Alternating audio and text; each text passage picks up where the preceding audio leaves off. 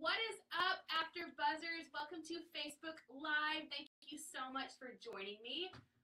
You don't know me yet, but you're going to get to know me. I am your host for this season's Big Brother 19, and I'm going to be talking about it all summer long. And we are 4 episodes behind, so I am coming on Facebook Live today to chat what has been going on in this crazy house this summer.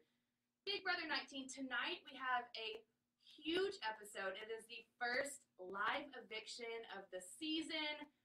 A lot of crazy things are happening, but before we get to that, I'm going to recap 4 episodes. We have had, 5 hours of Big Brother, 2 hours on the premiere, and then all the other episodes, and so much has happened. Before we get started, and guys, I even brought flashcards so I don't forget anything because that's how prepared I am. But you can find me on Twitter or Instagram. My Twitter is Morgan_Willett. My Instagram is Morgan Lee, L-E-I-G-H, Willett. You know, throw me questions. I'm constantly talking about what's going on. I love to hear from you guys. And for all those watching, if you didn't know, if you don't know me, I was on Big Brother Over the Top. It was this past fall season on CBS All Access.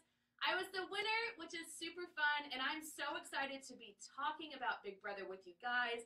I've been in the house, I've been through it, I've cried a lot in that house, so I'm excited to be watching it to give a brand new perspective on it. So, let's get started. Episode 1 was the premiere last week. It was 2 hours of greatness. Let's get started with the cast. 16 newbies walk in this house. And I will say about the cast, I watched all the preseason interviews, and I thought CBS did a really good job with this.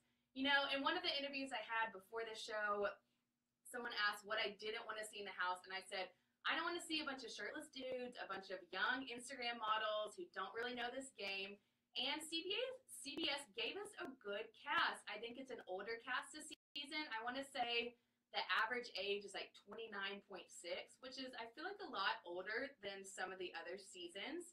So that's cool. What we saw, we have a microbiologist, we have a stay-at-home dad with 7 kids, a personal trainer, a ghost hunter, a cosplay something, which I had to look up what that even meant. But there's a lot of different characters, and we saw them all on move-in day.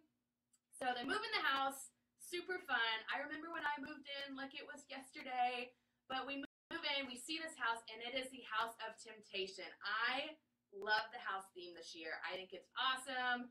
We see apples, snakes.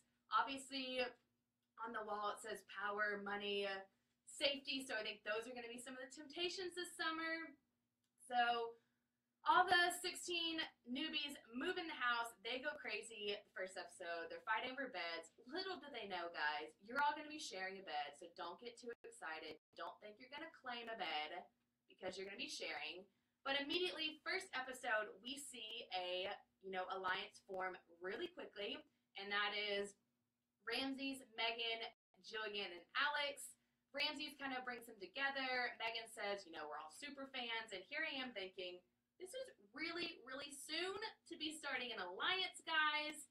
But, good for them. I mean, they're playing early on. I don't think making an alliance the very first day is probably the best bet. But Megan was playing pretty hard pretty soon. So, I mean, I guess good for her. But I don't know how long that alliance will last. Moving on in the first episode, we go into the first temptation of Big Brother 19. And Julie calls all the house guests to the backyard, and it is the first kind of, I guess not a competition really, but they're sitting in these giant pods, and they are being told that they are tempted by $25,000. I mean, that's half of what the second place winner gets. That's a large chunk of money. So basically, they're all sitting there. Whoever presses their buzzer first, I mean, this is anonymous too, they win the $25,000. But with every temptation, Julie says, comes a consequence, of course. So they obviously will find out the consequence later. And Kevin is the one who presses the buzzer first. Good for Kevin. I mean, honestly, I would have pressed it too. It's $25,000.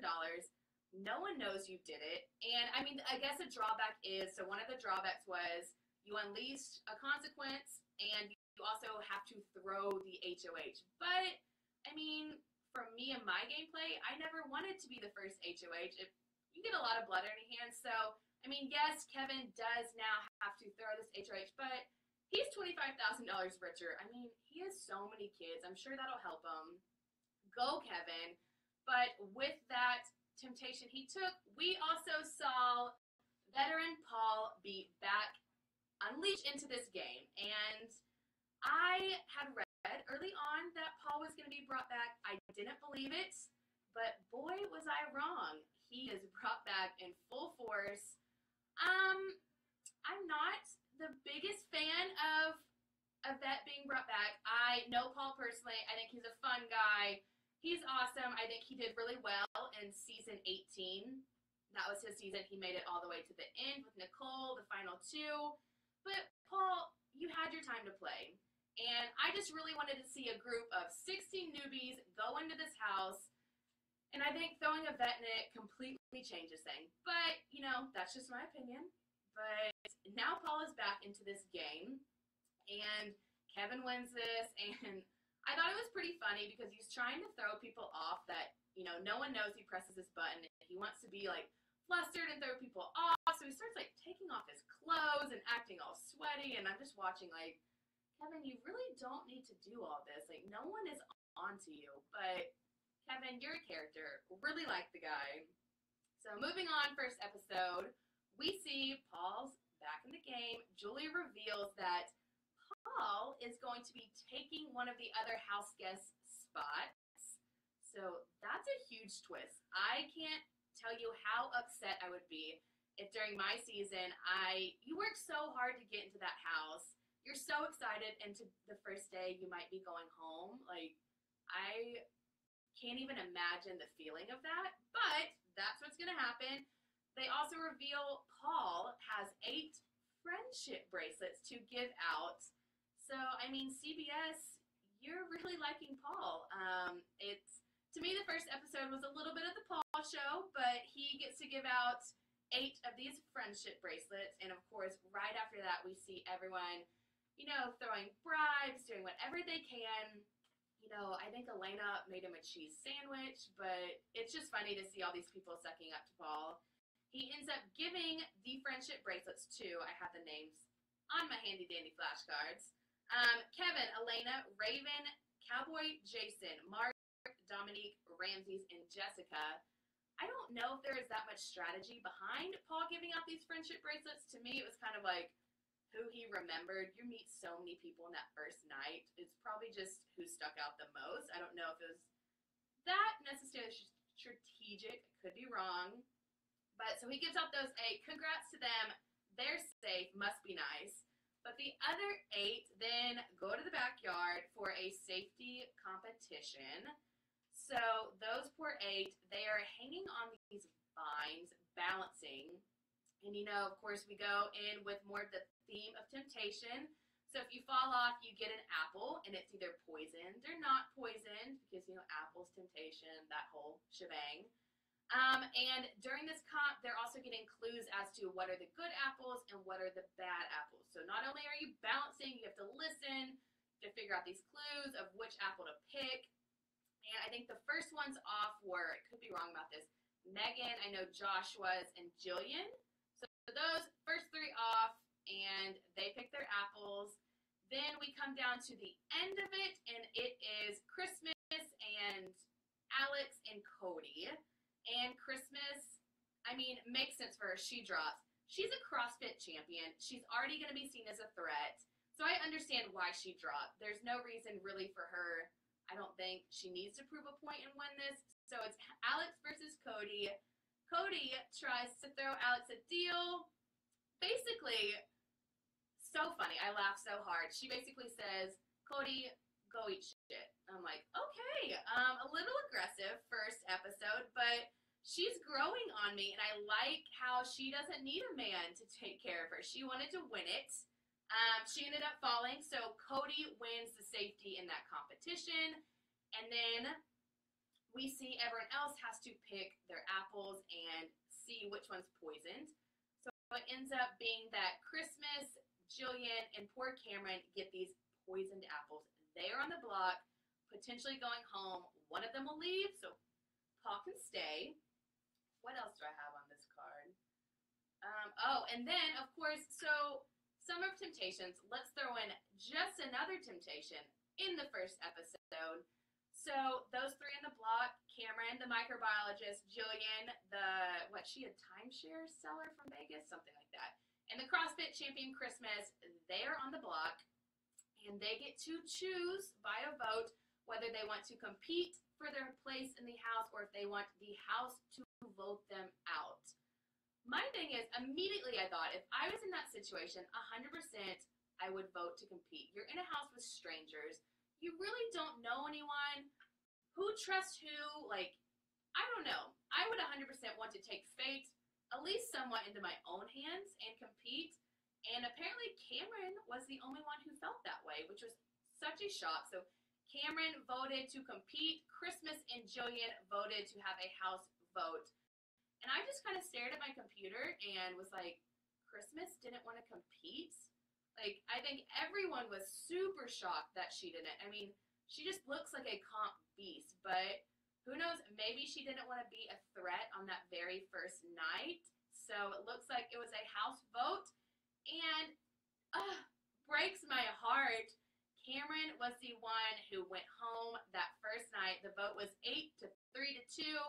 8 votes Cameron, 3 votes Jillian, 2 votes Christmas. And the super fan was there for 24 hours, and he was one of my preseason favorites. So I was a little upset to see him go. I really wanted to see him play this game. I might be just a little biased because he said he was a fan of me on my season, and he was a Ball Smashers fan. Hey, Cameron, thanks again. But I was sad to see him go. I do have my theories as to whether I think he will be brought back. I think there might be a battle back competition later on, so I would love to see Cameron come back. You know, I think his time was a little too short-lived, but there we go. First episode was crazy, 2 hours long, and then we're moving on into episode number 2, which was last Thursday. So we start, and Cameron is gone, and we start this episode, and Paul is basically like, why did they vote to send Cameron home whenever you have this CrossFit champion who just looks like a badass? And, you know, I'm kind of on the same page as Paul. I don't think we got to see, I guess, the rationale behind why they voted Cameron out. I don't know if, you know, he said he was a microbiologist. Maybe they thought he was too smart. I think that might have been it. But yeah, they kept CrossFit champion Christmas and Jillian, and Cameron went home. And then the doorbell rings, and you know, as a house guest, when a doorbell rings, it's the most exciting thing ever because you get to see someone from the outside world, and you have no idea who it's going to be. This doorbell rings, and it is Nicole from season 18, the winner. She is back to host the first HOH comp of the season. My favorite part of this moment, her walking in, is everyone's so excited. They're jumping up and down. Kevin's sitting on the couch, not even moving, just chilling. And I love that about Kevin. Kevin, you know, kind of just doesn't have a care in the world. He's the older one in the house, doesn't really know what's going on. Finally, Megan comes and taps him and is like, that's Nicole from season 18. And basically he's like, okay. I think he's hysterical. I love his one-liners. So Nicole is here. She hosts this comp. Everyone goes to the backyard. And it turns out for this comp, they're split into teams of 4. They're racing through vines to grab 2 apples each. And then they each have to go twice. And big twist, another temptation, you know, Summer of Temptations. There's a golden apple. And if you get that, you are safe for the week. But your team is disqualified. No one can be HOH. Is anyone going to take it? Would I take it? I don't know. I think that puts a pretty big target on your back right away. So we get started in this competition, and we see immediately Josh. He grabs this golden apple.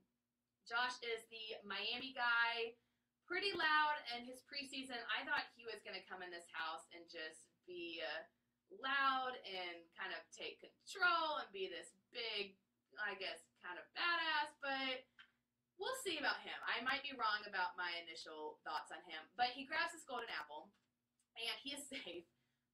His whole team is like, what? Like, okay, I guess we're disqualified. It ended up working out well for Kevin. Kevin is on his team, and first episode, Kevin took the temptation, got the 25K, but had to throw the HOH. So, heck yeah, Kevin now doesn't have to throw the HOH.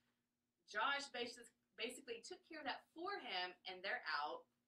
Josh says, well, everyone's targeting me. I knew I'm going home. And everyone's like, kind of scratching their head, like, where are you getting this from?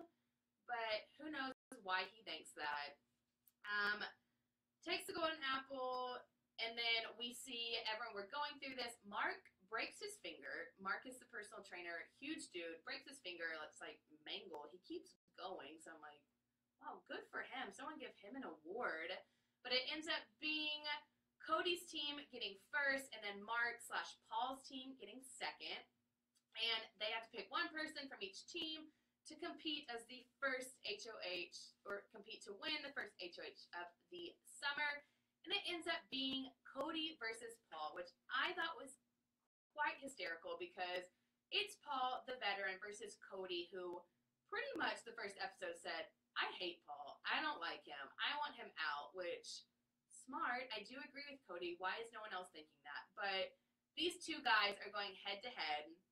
They are racing to balance 7 apples on this tree contraption. It ends up being pretty close, and Cody wins it. So Cody is the first HOH of the summer, which I think he wanted that. I think out of everyone in the house, Cody was the one who probably wanted that the most. I feel like he wanted to get blood on his hands, and boy, is he about to. We have some fireworks in this first HOH competition. Josh starts yelling at Megan for pretty much no reason. I think everyone is confused as to why. He yells at her, calls her a snake and a bully, and she's out to get him, and everyone's like, Josh, what's going on? But we'll get to more about Josh and Megan later on. Let's see what else. Oh, Cody. Cody's HOH. So we start kind of seeing his game plan for this HOH reign. He wants to get together the bros, which is Matt and Mark and himself. Didn't see that one coming. Just kidding. I think we all saw that one coming. And then he wants to get together the babes, which are all the girls. And from, I think, what he said, Elena, Jessica, Dominique, and Raven as his babe squad. And then versus the outcasts, which Kevin, Josh, Megan, Jillian, Ramses. Am I forgetting someone? I don't think so. Oh, and Alex. There we go. So he wants to split those into 2 and kind of see where he is in that. And that's kind of how we leave off in episode 2. On episode 2, you can kind of start seeing where these alliances will go. This is going to be a season of showmances. And I don't know if anyone knows me, but I am not the biggest fan of the showmances. I'd rather see people play independent games. I, as a female, want to be a strong female and see other strong females who don't need no man. But I think this is going to be a season. We can already see that Jessica and Cody are kind of cozying up to each other. And that was episode 2. Let's see what the comments are saying. Oh, hi, guys. If you guys do comment, I do see it, and I love to see your comments, so hit me with some more. But with that said, we will move on to episode 3, which was a crazy episode. For those who did not see it, we had a self-eviction. Somebody went home. We're down, to now 15, which is crazy, but we'll start from the beginning. That episode starts, and Josh is crying to Christmas. And here we all are looking at Josh. Who would have thought that this big macho dude is the first guy out of the guys and the girls to cry, and it's week 1. I mean, I can't say too terribly much because I was a big crier on my season, I will say. So I know the game gets to you, but Josh, this is the first week. It's going to get a lot more stressful. But we see that Josh is crying to Christmas. She's comforting him. He's homesick. He's saying he is already feeling guilty. He was one of the ones who voted her to go in the first episode. So with that, I'm already questioning Josh a little bit. You know, I'm questioning his sanity. Can he handle this game? Is every time he votes someone out, is he going to cry and apologize to them? You just start questioning Josh a little bit in episode 3. But then we move on to the giant firework explosion that ultimately led to the self-eviction in this episode. Everyone is in the backyard, and Jessica is talking about Alex and says she doesn't want to go over there because Pow Pow is over there. Pow Pow referencing Paula from season 16, and this Pow Pow looks very, very similar to Alex. I think even she has gone on Twitter and said, okay guys, stop calling me Alex, like we get it. So Jessica calls her that. Megan is listening and misunderstands that as panda. So Megan took that as a racial slur, went and told Alex that Jessica called her a panda. And Paul is sitting next to them, overhears, and of course, from there, Paul goes and tells Jessica that Megan basically called her racist. So in the Big Brother house, you know, this is basically a game of telephone gone horribly, horribly wrong. So Jessica confronts Alex, or something like that. They confront each other. Alex says, you know, I heard you said this. Jessica says, no, I did not say that. Megan is wrong. They both go to Megan and start yelling at her, confronting her, accusing her of making stuff up. Megan sticks by her guns and says, no, I did hear this, but basically it kind of blows up in her face. I will say, I feel for Megan, but this is Big Brother. There's no secrets, so if you did hear something, I just make sure you heard it clearly, I guess, is what my take on this situation is. But regardless, Megan is struggling in this episode. Everyone kind of has blackballed her. They won't talk to her. No one will speak to her. And she starts having a frown. This was after, in episode 2, Josh already yelled at her and then yelled at her again in front of all the house guests. So she's already kind of had this target on her back. And, in episode, I did not mention this. Let's rewind a little bit. After Cody gets HOH, he puts up Megan and Jillian. So Megan is already on the block. Cody basically said, Megan, I'm putting you up because I basically don't like you. So, I mean, I did giggle a little bit at that comment, but kind of a personal dig at Megan. She doesn't really know why she's up. She's now being yelled at, called a racist, all this stuff. She breaks down, goes into the DR for a long time. And usually when someone goes into the DR for long hours at a time, you kind of get a feeling that something's wrong. So this episode, the house guests see her go in. She doesn't come out, and basically Megan never comes out in this episode. So it turns out that they tell all the house guests Megan has left the house. She will not be returning. So she's self-evicted, which was nuts to watch, especially being in the house and seeing that. You don't ever believe it that it will actually happen, but the house is stressful and it gets to you, and the paranoia is real. I can attest to that firsthand, but not in the episode, but on the internet, an article came out. Megan made a statement that she was a sexual assault victim and she suffered from PTSD, and that ultimately led to her anxiety attack, why she self-evicted. So I can't really comment too much on that. I have never been in that position, so I don't feel I can speak on it, but I do wish Megan the absolute best. I know as a house guest, it can be extremely hard. I do wish that she would have stuck it out. I would have loved to see her play a little bit more, but Megan, I just wish you the best. Wish you could have stuck it out, but I know you'll be rooting everyone on and watching.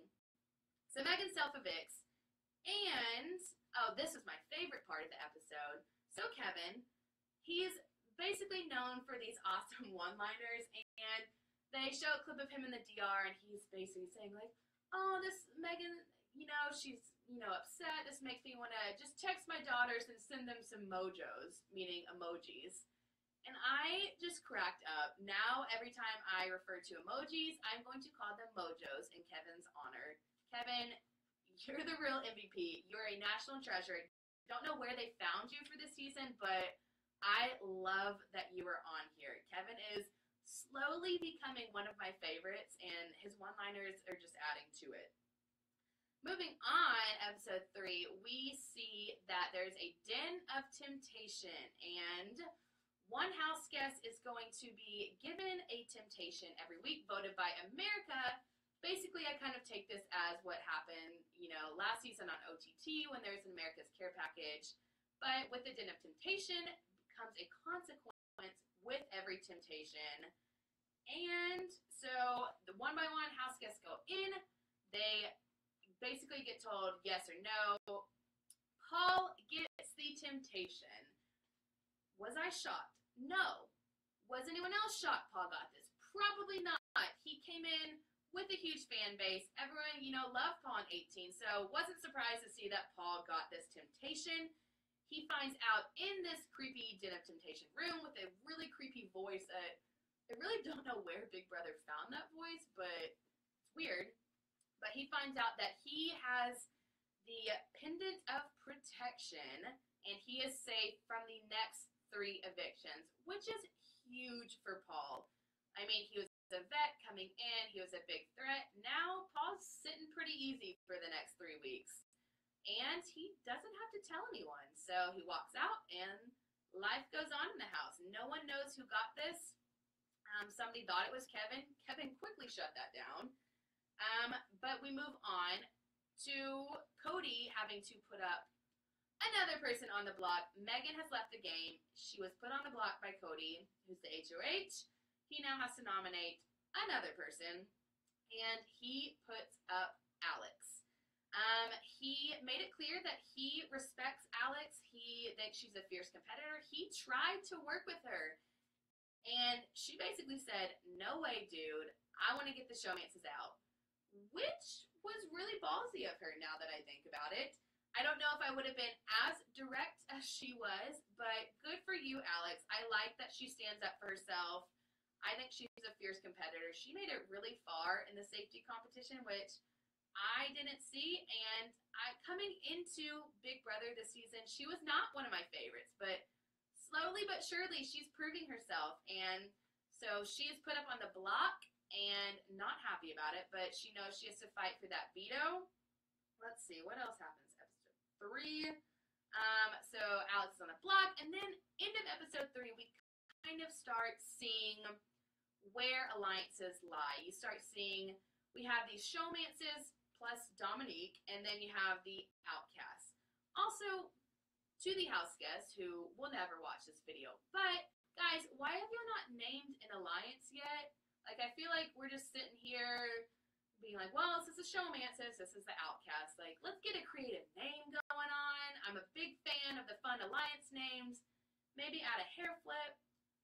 I don't know. But we start seeing that showmances, Matt and Raven called Maven, Mark and Elena called Marlena, Cody and Jessica called Jody, and then we have Dominique. Christmas and Paul seem to be getting pretty close, but I think they're more so on the outskirts of this. And then we have the outcasts, Josh, Jillian, Ramses, Cowboy Jason. Who am I forgetting in this? Alex, and am I forgetting anyone? I don't think so. But we have the outsiders. So we will see coming episode 4 kind of where that goes. Episode 4, which was last night, was the first veto competition of the season. And let's see who was pulled to play. It was Raven, Matt, and Cowboy Jason. So they're playing, and of course everyone wants to win this veto. The showmance side is thinking, no way Alex is going to get this. We're going to keep her on the block. She's going home for sure. Well, lo and behold, we start this competition, and it is kind of like beach-themed. Kevin's the host, which was my favorite part. Kevin is in this, like, merman costume, which just makes it even better. It's Kevin. He's hysterical, and now he's a merman, and he's hosting this. I wish I had a video clip playing of him speaking during this because it's so funny. But basically, the competitors are racing back and forth, finding starfish, and they have to stack as many starfish as they can before the water in their bucket runs out. Well, they can keep refilling the water need be, but kind of depends on their strategy. But, of course, we have a temptation, which is becoming a very common theme in BB19. So, if you were a have-not, which didn't put that on my flashcards, have-nots, rewind, woo, rewind. Guys, there's a lot in 4 episodes, so I'm trying to get it all in. Rewind. So the have-nots for the week have to volunteer, and the volunteers were Jillian, Megan, Paul, Ramses, and Josh. They're the have-nots. They're sleeping on spiked beds, which actually looks horrendous and super uncomfortable. But basically, they're the have-nots. They're eating slop. Trust me, you don't want to eat slop. It tastes like cement mixed with like bird seeds. It's disgusting. But another temptation, geez, there's so many temptations this season. If you're a have-not, you can choose a key and unlock a box. And whichever box, you can either get off being a have-not or you can be a have-not for another week. Kind of a pointless temptation to me. I feel like CBS was just trying to fill time. No offense, CBS. But, yeah, I don't know if I would take this because there's a chance you could be a have-not for another week. And being a have-not is probably the worst experience ever. You just eat a lot of slop and pickles, and it's not fun. So I don't know if I would chance that. So there's the have-nots. Okay, fast forward to the veto competition. Sorry for that interruption. So competing in the veto, they're racing back and forth to stack starfish, but there is a golden star somewhere in the mix, and if you find that, you're automatically out of the veto competition, but you are not a have-not, not eligible to be a have-not the rest of the season. You get a pass. So, who's going to take it? We see in the first couple of minutes that Raven takes it. Good for her. She's not a have-not anymore. I know she does have an illness where I think she couldn't be a have-not anyway, so that could be why she did take this.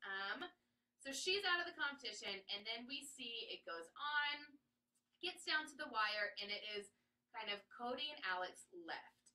And Alex is stacking her. She's looking good, and Cody, let's get this straight with Cody. Cody wants to work with Alex. His side of the house doesn't want him to. For some reason, he is really keen to keeping her. So Cody decides to blatantly throw this veto. He has 2 minutes left, and he basically just stops. Stops and, like, kind of, like, looks around and says, like, come on, Alex, you got this. And everyone on his side of the alliance is basically staring at him like, dude, this is obvious that you're throwing it. My thing is, like, Cody, if you're going to throw it and you really want Alex to get it, make it less obvious. You know, trip on yourself, accidentally knock it over, get upset, something. But Cody just decides to throw this and made it a little obvious, so that kind of set off his side of the house, which was not his best bet. But lo and behold, at the end, Alex won the veto. Woo! Congrats, girl. She was on the block, and I have so much respect for people who win on the block, win the veto for themselves, and it's such an awesome feeling that I've had firsthand. Hey! But it's an awesome feeling to be able to take yourself off that block. You took the power into your own hands. You saved yourself. So good for Alex. She wins the veto. And obviously, veto ceremony, Alex pulls herself down. And before this, everyone is basically telling Cody, you know, Alex is going to pull herself down. Put up Josh. Put up Ramses. You know, Paul is in his ear, like, do this, do this, do this. And Cody's just like, stone face. Gives people nothing. Which, personally, as a viewer, I think it's hysterical watching Cody's reactions, but he gives people nothing. He says, you know, I have a plan. We're like, okay, he has a plan. This is after Paul tries to come and talk to Cody. And Cody basically stares at him and brushes his teeth and says absolutely nothing. I'm like, all right, if this is how you want to deal with your HOH, Cody, go for it. I don't think he's necessarily doing it the best way, communication skills wise, but comical to watch. So veto meeting, Alex pulls herself off, and Cody has to then nominate someone else.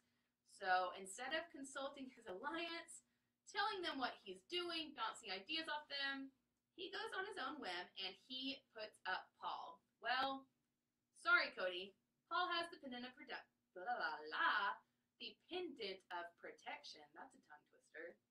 And he then reveals to everyone, surprise, America gave me this. I'm safe for 3 weeks. Cody's face goes to, what? Like, somebody send me a meme or a GIF. A GIF. I don't know. Somebody send it to me of Cody's face because it was priceless during this. I laughed really hard at that. But, so now Cody is on to having to nominate a 5th person. That is a third of the house that he has nominated. That is a tough HOH. You know, that is getting a lot of blood on your hands.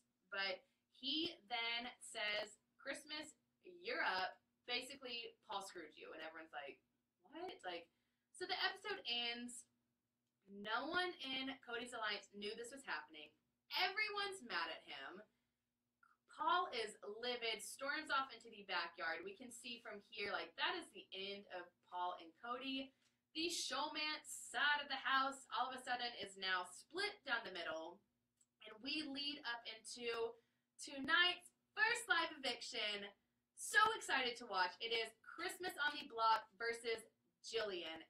And I have been, kind of looking at the live feeds, not to give any spoilers, but I think this is going to be a close vote that, honestly, what's going to happen in the Big Brother house, you think you know what's going on, and then the hour before a vote changes. So right now, I think the internet knows what's going on, but guys, things could change very quickly. What do I think is going to happen? I think it'll be Christmas staying. And do I want Christmas to stay? I think yes. I want Christmas to stay in this house. To me, Jillian's a little more boring. I think Christmas staying is going to cause the most drama, the most fireworks. She's going to go for Cody full force, and I would love to see that. Also, oh my gosh, guys, a lot of things have happened. I forgot to mention this. Wait, what? I'm just kidding. I don't want to spoil this. I don't know if this happened in an episode. Never mind. I won't mention injuries on certain house guests. But it'll be very, very interesting to see in this episode what's going down. Will Christmas stay or leave? Who knows? It's going to be a split vote. And Jillian, I would love to know what you guys think. Oh, I can see comments. The sound or volume's too low. Uh-oh.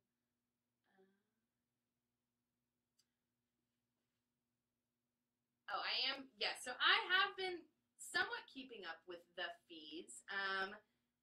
And right, with the comment, I do think Josh is going to be, well, I don't think, I know, Josh is probably going to be the swing vote in this vote tonight, which I think is quite the turn of events. Josh came into this house full paranoia, kind of had a major blow up. No one trusted him, and now he's kind of in this position of power to where he decides who goes and who leaves, which is nuts. And I would love nothing more than to see Josh get HOH. I think that would just lead to so much chaos in this house.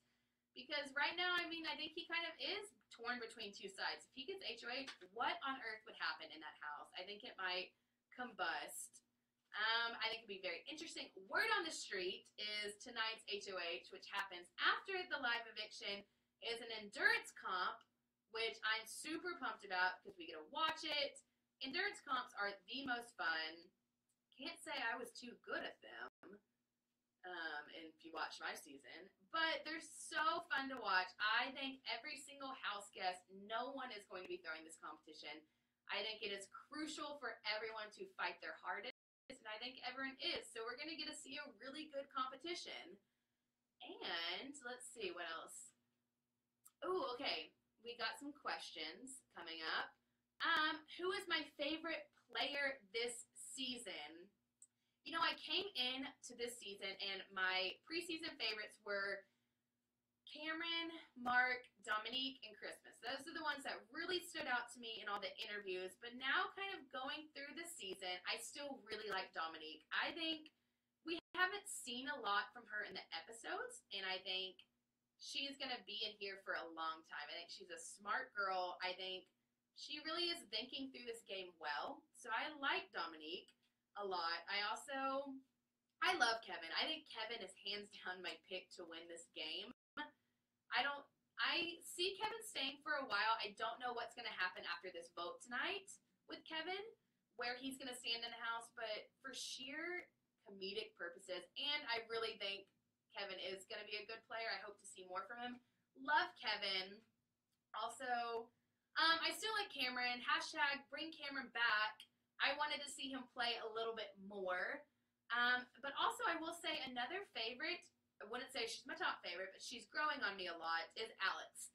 I completely misjudged her in the interviews. And, you know, she's holding her own. She's proving to be a fierce competitor, won the veto. And I love the attitude of, I don't need a man. I didn't come here for a showmance. I came here to win $500,000. Hello? Everyone should be playing like that. You can go find a boyfriend on Bumble. Like, you can't win $500,000 on Bumble. So I'm all for playing your own game. I'm not so much a showmance kind of girl. Let's see. I will be doing these recaps throughout the season. We are still finalizing a tape time, but I will be one of the official hosts for BB19. I have another panel of awesome hosts that you guys will meet later on.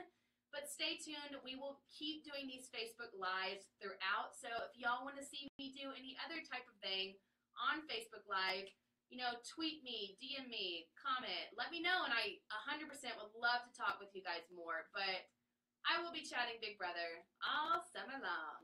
Okay. Let's see. Any other questions? Guys, do you think the house this season? Oh, do I think the house this season will be as divided as BBOTT? No. BBOTT was a strange thing in its own category. I don't know if we'll ever see a house as divided as OTT. With this house, I see a division, but I also see people being able to flip-flop from side to side, whereas on OTT, we had two sides, and at one point in the game, there was no intermingling. It was so divided, it was nuts. I think it made for great TV, but I don't think this season will be anywhere near that. So it'll be interesting. Will it? Could I be wrong? Maybe, but I don't think so. Okay. Any other questions? Have I convinced Shelby to watch BB19? For all those watching, Shelby is my roommate who is also on OTT with me, and we live together. Shelby is a lawyer, which is nuts. She's a genius. She's really busy. I keep her updated with BB19. I tell her, you know, the highlights, but she has not watched yet. I would love to get her on an AfterBuzz after show as a guest. So we'll see. I think I have some roommate powers that might be able to get her on and have her talking. So fingers crossed. I don't know. Maybe I'll bribe her. Okay, guys. Well, I don't see any other questions, and we have. Oh, another question. Who do you think is playing that? Oh, Alyssa. That is a really good question. The question is, who do I think in the house now is playing a similar strategy as to what I played when I was in the game? And I was thinking about this, and I think if I had to pick someone who is closely resembling my game, I would have to say Raven. Give or take, I wasn't in a showmance, but I think Raven right now is very likable. I think she has worked with kind of everyone in the house to be someone that no one wants to get out. They want to see her in. I even heard that some people are saying they want her to win the whole entire game. So she's really using a strong social game. I think she's lying low, which is what my goal was. I didn't want to be seen as a huge threat. So I think Ravens definitely would be the one I would say that would be close to mine. I don't know about Raven yet. I think she's definitely likable, but I want to see a little bit more from her game before I, put her up there as one of my favorites. But yeah, so to answer your question, there's that. Okay, any other questions? I think that's it for me, guys. I covered everything on my flashcards. So we are up to date with everything episodes 1 through 4. Episode 5 is tonight at 9 p.m. Eastern. That's 6 Pacific. I'm horrible with time zones. I just moved here. So 6 Pacific. So we have an hour and 15 until the fireworks start happening, and we find out who is the first the first evicted person on a live eviction. I just messed it up. We're going to find out who goes home. And Christmas versus Jillian, I don't know who it's going to be, but I'm super excited to watch tonight's episode. So, I think that's, one more question. How do I feel about Cody? I think Cody kind of blew up his game. I don't think it was smart not talking to his alliance about it.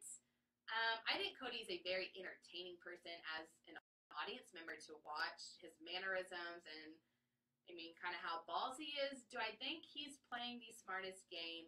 No.